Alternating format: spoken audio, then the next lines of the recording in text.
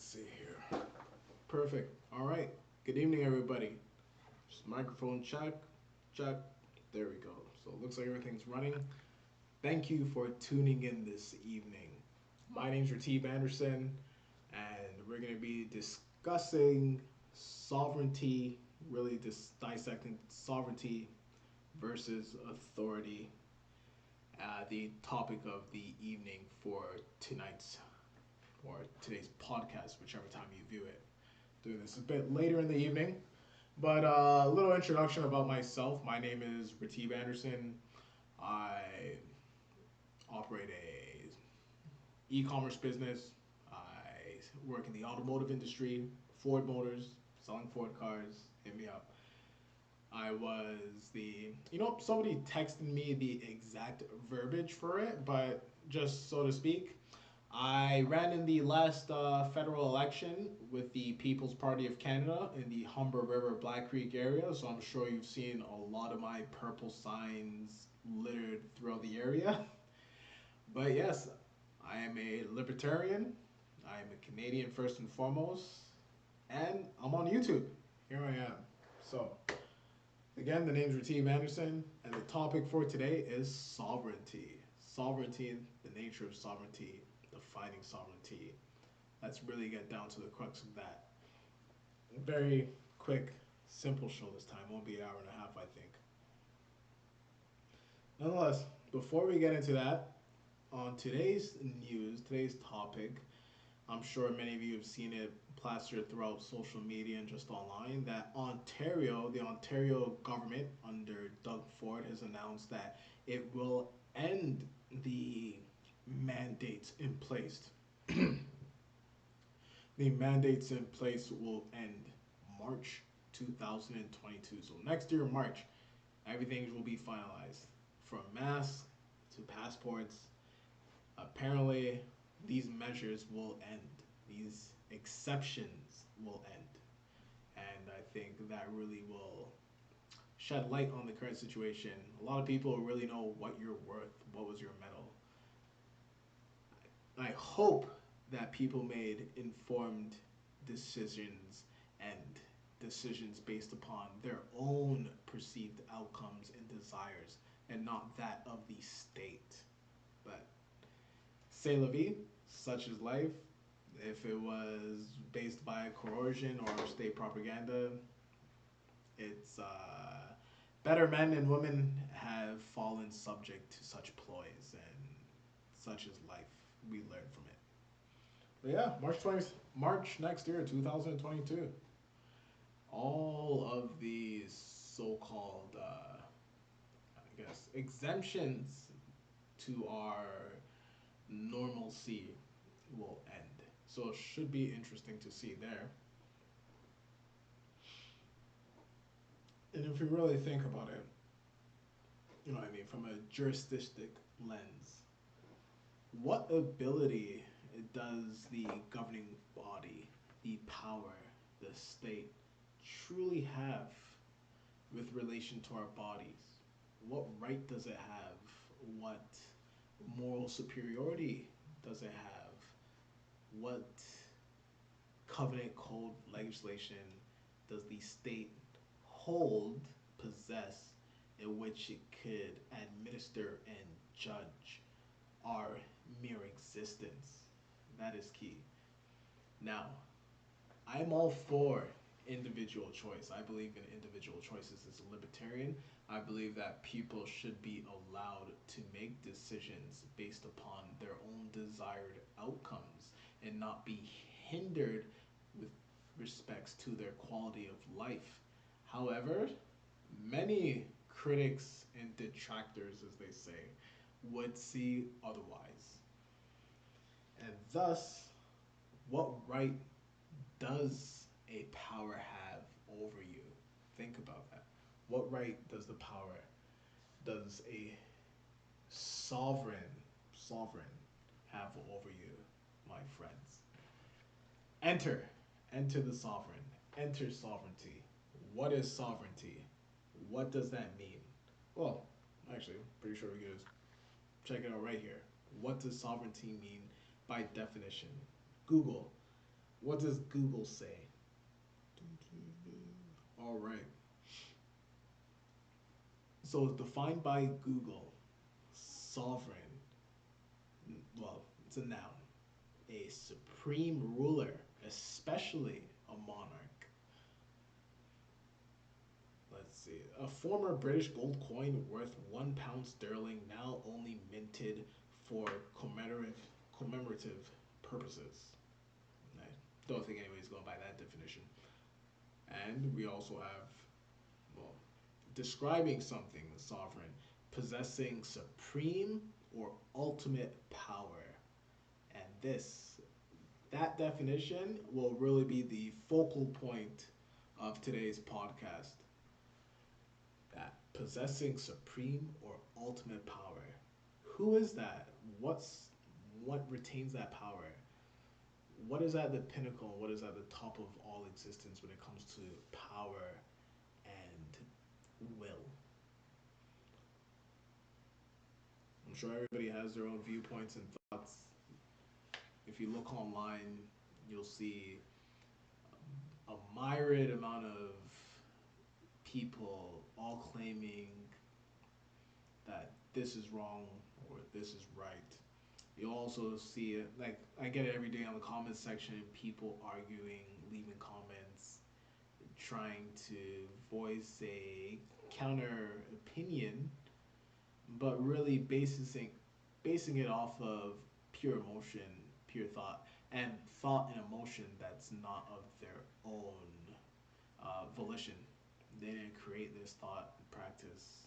They didn't come upon this style of thinking of their own free will. They were granted they were granted a ideal which they ran with. Oh, we have the state here labeling people as the subaltern, as others, undesirables to their current socio-political endeavors, and thus people latch onto that, they adhere to that, and they regurgitate state rhetoric that is not their own. So I am here really to put to shed light on this issue, to put a spotlight on the current state, especially of not only Western but mainly focused on the Canadian socio-political ideal and state of affairs when it comes to the issue of sovereignty, and really from a juristic theological output, what it means to be sovereign. So we have the Google definition. The Google definition is possessing supreme or ultimate power, a supreme ruler, especially a monarch. But I think the third one, possessing supreme or ultimate power, fits best.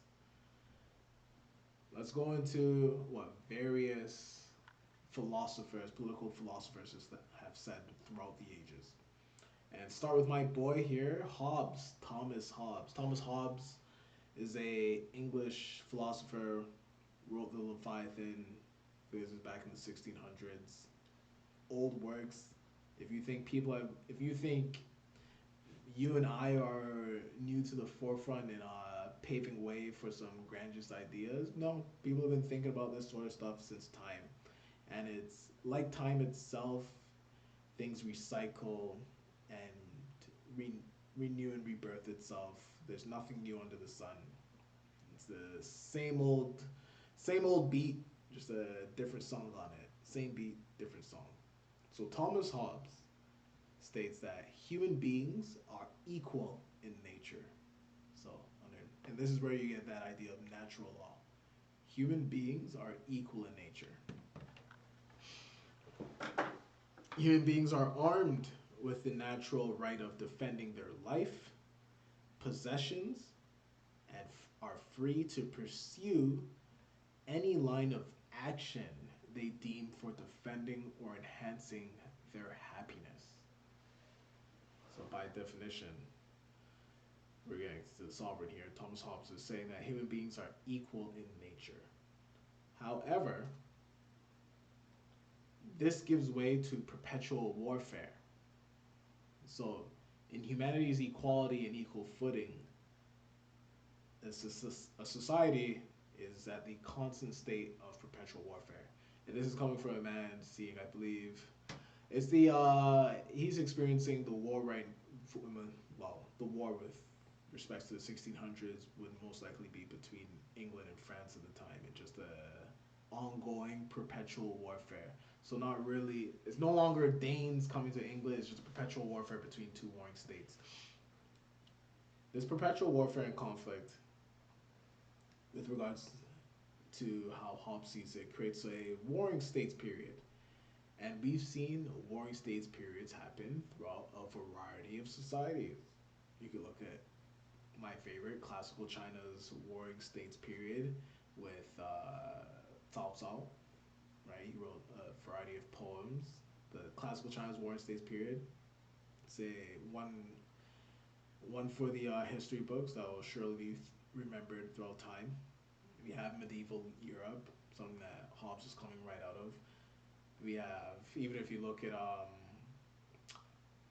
Western Sub-Saharan or Saharan Sub-Saharan Africa with Mali, Sunjata Keita, and the states not being unified and at a perpetual state of war in until a sovereign was in place, and then you get the Mali Empire.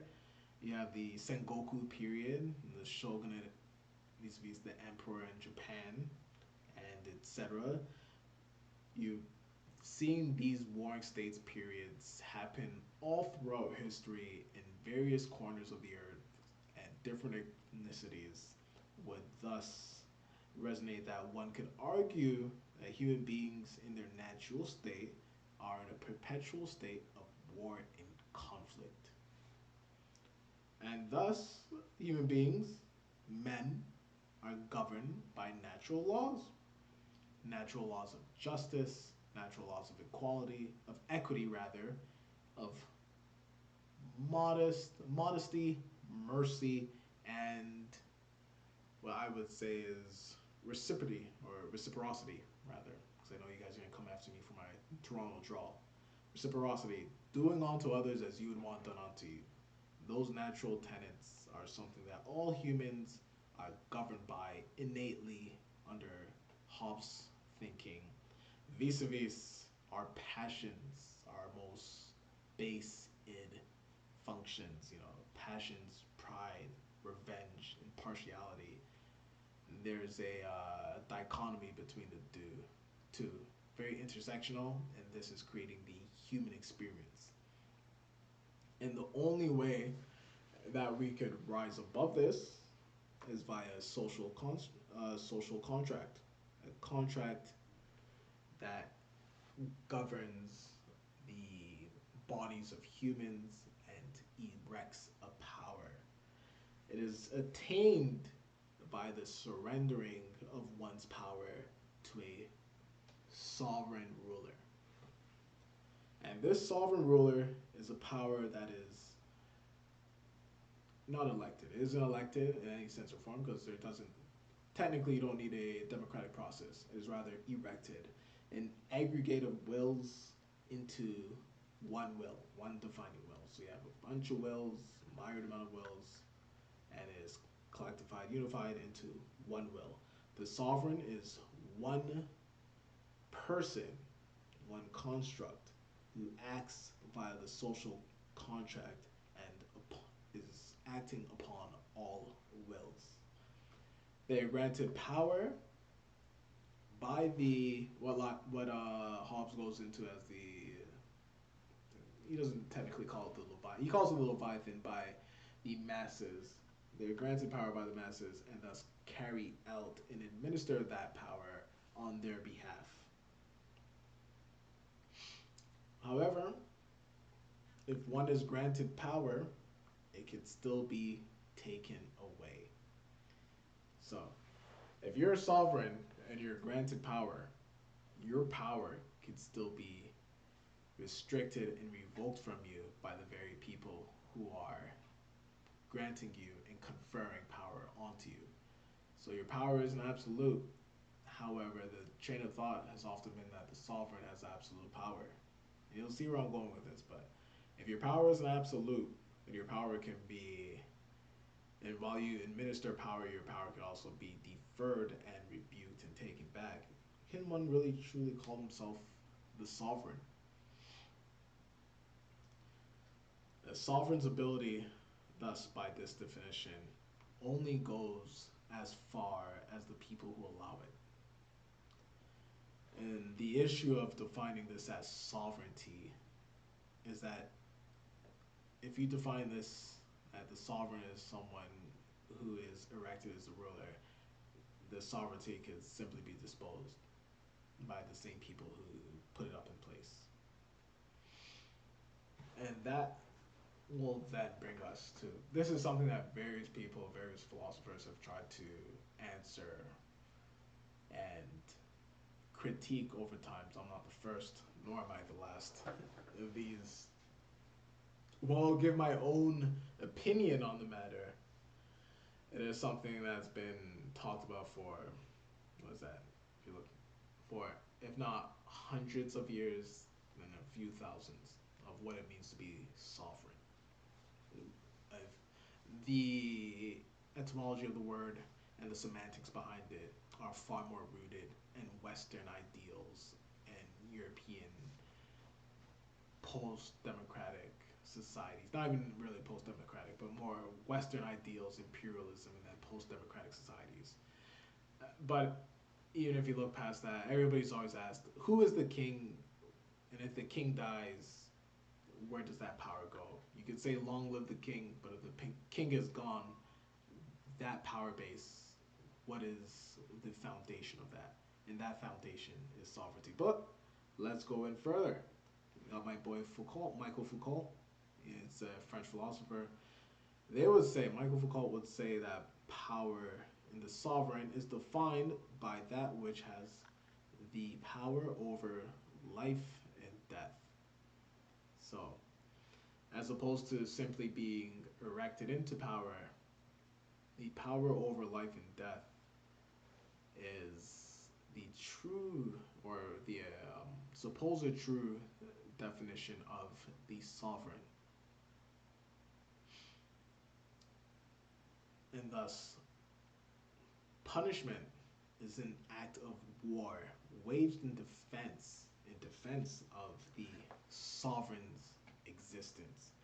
So punishment and the power over life and death are tools utilized by the sovereign to uphold its own legitimacy. When the sovereign's existence is threatened, it now has the right to enact violence. And this right to enact violence is something that in the political form would be called the power of deduction. Straight up deduction of man's existence. So you're deleting them out. Deduced, deleted, gone, zilch, nada, zippo, out of here. Power of deduction. I wish I had sound bites because I'd be able to use some sick sound bites for that, but the power of deduction, as Michael Foucault would say, is something that the sovereign retains control over, the power over life and death. And it is this symmetrical power of destruction, and yet at the same time a paradox is created in this, because best they could say, hey, we're the only ones that have the power to kill people in the name of the sovereign's interest and the safety of all people, all beings. Yet, at the same time, they cannot grant life. They cannot create existence out of thin air. They cannot create life out of nothing, no base ingredients, no nothing. Especially at this time, this is pre-contemporary modern science. The ability, we're not talking about somatic and dramatic cells. Without that, the ability to create life and existence out of nothing, the sovereign does not possess that. And that is the paradox. One could say they have the power over life and death, But if you do not have the power to create life and can only administer death as a punitive measure, what power? Your power only goes so far as your capacity. The ability to kill something is something that all organisms possess to one extent, to one degree or another. All human beings are capable of this base tenet, death, of animate organisms. It is a fundamental experience on Earth. Beings come into existence and beings exit existence. Things come into life and they die. It is a circle of life and death. There's a dichotomy of two experiences in existence. And for Michael Foucault to say that, hey, the sovereign is that which controls the power over life and death, yet cannot create life and can only administer death, creates a paradox. Because if it could create life out of nothing and administer death, and do both in a sort of harmonious, synergetic factor and institution, then you could argue that that thing that could do that is power. But if it cannot do that, then technically it is not power. Oh no, what happened here? There we go, there we go. Make sure, perfect. Just making sure everything's good here. I'm new to I might look young, but I'm new to all this technology stuff, so it is tedious. Ooh, let's see. Okay, perfect. We're good. We're good. So yes. Now, going back to that, with respect to that paradox, another political philosopher would argue that a different definition of sovereignty is perhaps a bit more fitting, as the sovereign is one who retains the power to utilize violence and death, yet abstains from it. So I can see that. It's almost sort of a, what's the word I'm looking for? What's that word? A benevolent devil, so to speak. Someone who could enact harm. Well, maybe a global superpower would be a far more better term for it, but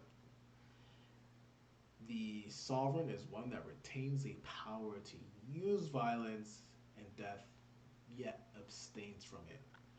I'm going to butcher this guy's name right now. This is Fiskesjo's approach to defining the sovereign. It is a very postmodern approach to sovereignty and power. Instead of using one's full arsenal on a campaign of utter destruction, they display their power. And we see this a lot right now in the current geopolitical dynamic and spheres between global superpowers. You look at the Cold War between the US and Russia. You look at the current postmodern world and globalization and the markets and the whatever's going on. The Sino conflict, not even conflict, the Sino dynamic between Taiwan, China, and the US and the West. Yet the reliance on their manufacturing economy. You see these, what they call soft power being displayed far more, sanctions against Iran, sanctions against North Korea, as opposed to utter destruction and the heavy-handedness approach of former states and imperial powers throughout history. So a very postmodern approach to power via Fiskesjo's.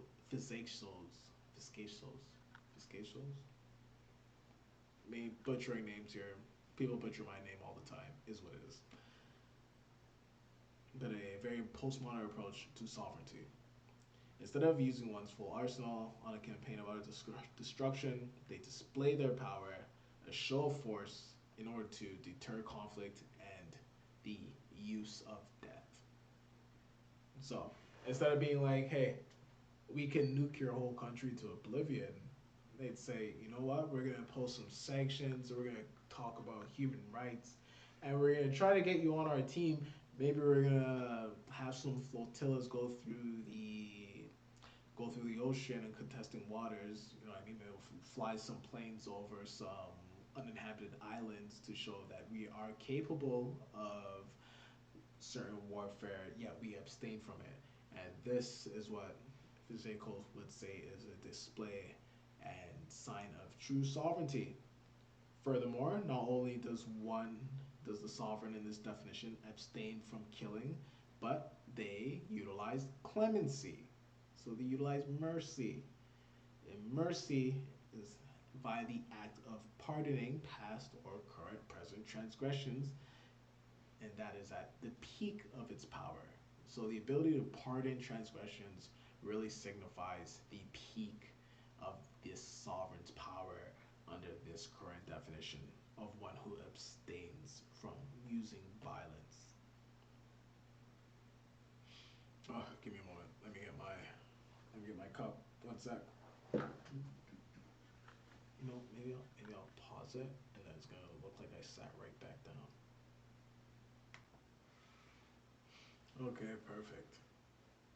So, as I mentioned, we were discussing the pardon that the sovereign under Fiskesjo's definition has. The pardon acts as an atonement to natural laws under Thomas Hobbes' definition. Those natural laws being, we got them right here. Where they? Let's see.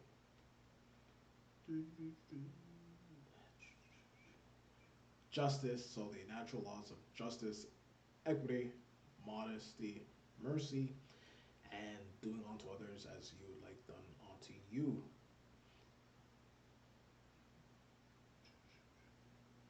The pardon acts as an atonement to these laws, and submission and showing gratitude to those set of natural laws and life via the sovereign. Many would say that this is aligning with the state, but I'm going to show you otherwise very shortly. Because you can note how one can often see this rhetoric used by modern powers, those that value life and aim to abstain from conflict while displaying force and coveting the power of deduction, the right to take life and use violence to maintain its state of sovereignty. We see that often displayed, you know, we value life and liberty, we value the pursuit of happiness. You know, Canada's a fair and free country. We value this, we value that. We value life, yet we will, in order to enact our laws, in order to enact our principles, in order to to subjugate those under our will, and doesn't necessarily mean that that subjugation is immoral, but nonetheless, in order to say that I am on top and you are beneath me, I will use violence, I will threaten you with death, and I will take your life away, and I can't make a life, but I will abstain from it and fear me because I have the capacity to do it, and this is my power, and this is why I am on top and you are underneath me. That is a current state of geopolitical affairs of the current law and order tactics that we see. We don't have a sense of urgency with respects to morality and doing things to be a better society, to be a better man, and to essentially be progressive beings. We do things out of security, fear, lack, and being threatened. that is part of the human experience that needs to change.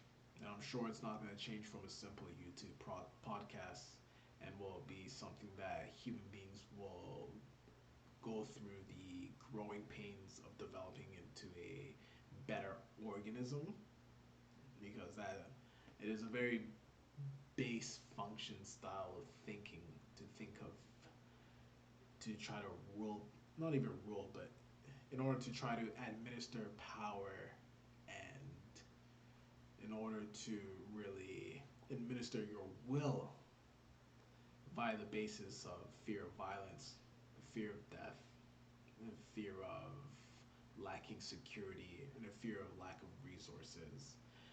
Nothing, I would find and I'm sure we'll see it one day, that a far better society, a far better nation, a far better group of people would be able to administer themselves and be progressive via the notion of simply being progressive, via the notion of simply stating that, in order for us to achieve something, we all need to work together in order to do this, and not stating, hey, listen to me or I'll blow you to kingdom come. C'est la vie, such is life. And that sort of law really stems down to the power of the exception, the power of exception as put by Carl Schmitt, German political philosopher. The ability of the sovereign to rule when in a state of emergency. So that really does shed light now onto you can see that I'm bringing it all back to where we are right now, to a contemporary, where we're at, boots on the ground. This is what I'm living right now. The power of exception. Because don't a lot of people take big people for fool, but we're no fools. And we see what's going on. We see what'll go on. We know what's happening. And you could fool some people sometimes, but you can't fool all the people all the time. And we know what you're drawing your basis and foundation on. The power of exception, as Schmitt would put. The ability for the sovereign to rule when in a state of emergency. This power of exception is the ability for the sovereign to postpone code, to postpone covenant, to postpone law, all in the name of security and safety. We've seen this taking place during the War on Terror. The liberties and rights that people of past generations had, the ability to just walk over to the States unencumbered, no ID. We don't have that anymore. You better show your ID, your passport, and state your business and what you're doing there, and vice versa when people from the States are coming over to Canada. We see this take place. We see the degradation of our rights and freedoms as society. And of course, human beings are forgetful creatures as we have a short lifespan. So we'll oftentimes forget how things were in the past, especially if it was changed in the name of security or safety as an exception to the rule. The war on terror is done, yet we still live in a post-war on terror society. The exception is absolute purity, as it defies the norm during times of chaos. And you'll see that people have taken these times of chaos and created chaos to be the norm. Chaos is your underlying facet of life. You live in a perpetual state of chaos. Whether it was the Cold War, whether it was Nazis in the Fourth Reich, whether it is the War on Terror, whether it is biological warfare, and the likes. We're always in a state of conflict, and that state of conflict enables the current power base to retain its supremacy. It isn't codified, it is a case of extreme peril, yet this peril is depicted and propagated as extreme. Tools are utilized and set forth in order to ensure that you live in a constant psychological state of peril. A key factor here is that chaos threatens the very existence of the state, not of sovereignty in this definition by Schmitt, but of the state. It is said that true sovereignty lies in its ability to act without restriction to what is relevant at the moment. So true sovereignty lies without restriction at the relevance of the moment. And chaos is pure. There will always be problems, and people will capitalize on these problems in order to justify their will onto others. Because I won't say subject, I'll say others. And you'll see why. Because this, the last portion of sovereignty, how this ties in from exception to Jean Bodin, in whom states that sovereign is the exception which cannot be bound. So we have one who rules with exception, and the sovereign is still the exception that cannot be bound. If you're always, to go back to Schmitt, if the sovereign is one that rules by the exception, who creates the exception? Who dictates how one acts during chaos? And if chaos is organic and pure and not the norm, it cannot simply suffice in a state of constant, like, your chaos cannot be simply the way of life. Chaos ends. Chaos comes to an end. Chaos finishes. Chaos concludes. Nothing lasts forever. And if that is the case, it creates another paradox. If nothing lasts forever, when chaos ends and that sovereign is disposed of, were they truly sovereign? When the chickens come home to roost and you have to answer for what you did during those times of chaos, and the outcome is unfavorable to you, are you truly the sovereign? But nonetheless, Jean Bodin states that the sovereign is the exception that cannot be bound. But you can be bound. And now I'm not even talking really to the viewer, but you could be bound. Sovereignty is indivisible.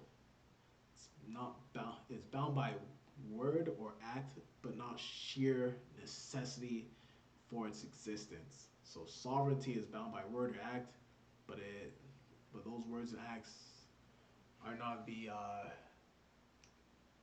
that does not simply, I guess, propagate its existence. It doesn't need that to exist. The sovereignty was there without existence. And this is when you go really into a theological sense of Godhead. And for that, you can watch Jordan Peterson. That's not me. It's a perpetual power. The sovereign is a perpetual power, unlimited in its ability to govern itself. The sovereign cannot be made legally accountable, but you can be made legally accountable.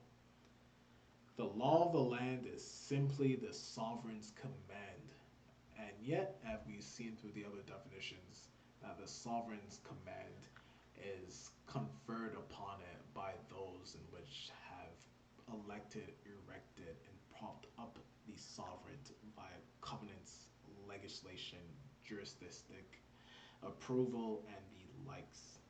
They cannot be made accountable via jurisdictional institutions, and yet the sovereign is subject to the will of that which put it in place. And therefore, we have reached an impasse, my friends. Or rather, a chink in the armor of all this juristic and philosophical ideals of that which is sovereignty. The king, the God incarnate emperor, the virgin empress, the elected government officials, all have to answer to someone. As Hobbes would put this, I think you would call it the masses, the Leviathan, as Fiskesjo would put, the abstaining the abstaining from killing signifies to those in which the sovereign um, administers and yet receives its powers from. That other is the true sovereign. That other, you, the people, us, you and I, are sovereign. No power is unlimited and no power is absolute.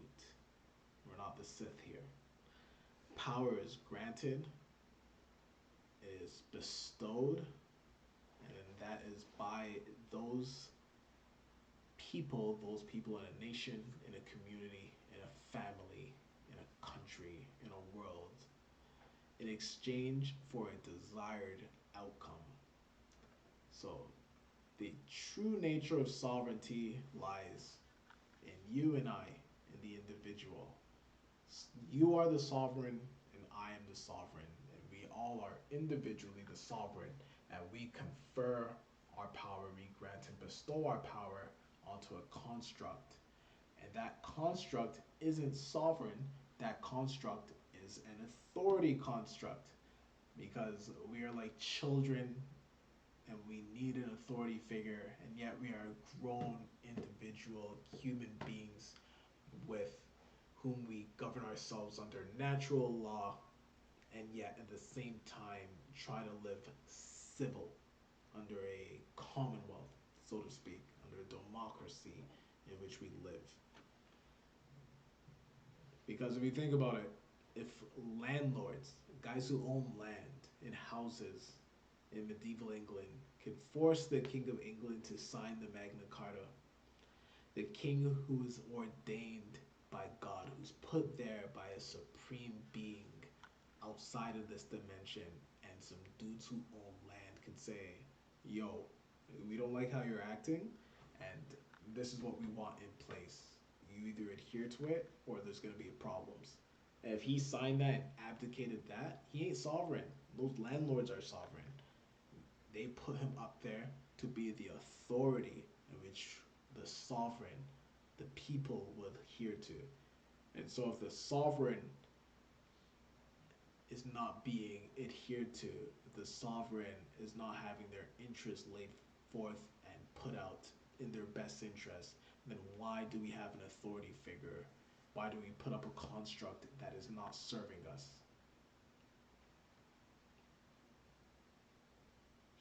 We're oftentimes conflating the two together, sovereignty and authority. Authority is simply a construct which the sovereign individuals create in order to produce a desired outcome, a desired society. And I'll go into that in another video, because I'm not trying to make like hour-and-a-half videos. I'm definitely not trying to do that. But human beings have a fetish with authority. And I think that stems, well, yeah, I will say I think, because if somebody wants to, I'm going to try to get these channels open up and have people call in. But if people want to negate and debate otherwise, human beings have a desire for authority, because without authority, while we have natural law, we have base human instinct. And if there wasn't a power structure in which we all granted and bestowed our rights, freedoms, powers onto to administer, it would be a warring states period. You would live in Sengoku Japan period. You would live in post Mali. You would live in the post Songhai Empire, the warring states period of China, and it'd be every man for himself. It'd be medieval Europe. And if you can't defend it, stronger, more capable bodies of men will take it from you. That's the alternative, and we can't have that. So let's make sure that we continue to facilitate a cohesive, lovely, pleasant, administering society that we grant power to. Because of course sovereignty and power is founded in those who elect. So we elect, we put people in power. If you keep putting people in power who don't perform desired outcomes, You can't blame those people. You have to simply get rid of them and put different people in who will follow your lead because you are the sovereign. You put people in that authority construct to administer your will. They're simply caretakers to manage our existence in a perceived optimal fashion. And thus, we're in a society of our own design. And Canada is in a state deemed fit by Canadians. America, Japan, North Korea, Iran, these states in which you see right now, conflict or not, are deemed fit by the very people not only administering these state affairs, but those who have let those people administer those state affairs. The other, the Leviathan, the masses, the people. Because especially if you consider that now in Canada and the West, we have a lazy political economy, a stifled government, and a complacent nation that grumbles at the current state of affairs but does nothing to produce substantial change. Canada, under the Liberal government, is a socio-political monopoly. These Liberals, JT, Justin Trudeau, they have a political monopoly on Canada as a nation as we know it today. The Conservative Party is weak and watered down. It needs new leadership. And people simply do not view them as being able to produce desired outcomes, let alone oppose the current power structure that has been erected by the people. And that will be a discussion for another video in another day, hopefully soon. Because I had Thanksgiving. I hope everybody had a Thanksgiving last week or whatever that was, but it's been a busy time period for me as well. Nonetheless, individuals are sovereign. People, human beings, are the sovereign. Constructs, governments, powers, kings, titles in which we confer to people are simply authority figures, simply grown-up versions of mommy and daddy. They're not sovereign. You're the sovereign. And that's that. Thank you for tuning in. Please remember to like, follow, share, comment, debate. Hit me up on TikTok, Instagram, Facebook. If you think that the sovereign is something else, if you think Daddy Trudeau is the sovereign, let me know. I'm happy to debate that. I'm going to be getting a few call lines going, perhaps from the next, maybe not the next video, but the one afterwards. I have people really who, I notice a lot of people with faceless Instagram and TikTok pages love to debate, but you're going to have to put yourself on camera and come debate me. I love it. I'm happy to do it, but let's see the face behind the words. No internet warriors, no keyboard thugs here. What's the word? Put your balls up. Let's see what you're worth. Until next time, you have a lovely evening. Enjoy the rest of the night. And it's Raatib Anderson. Make sure to follow, like. Peace.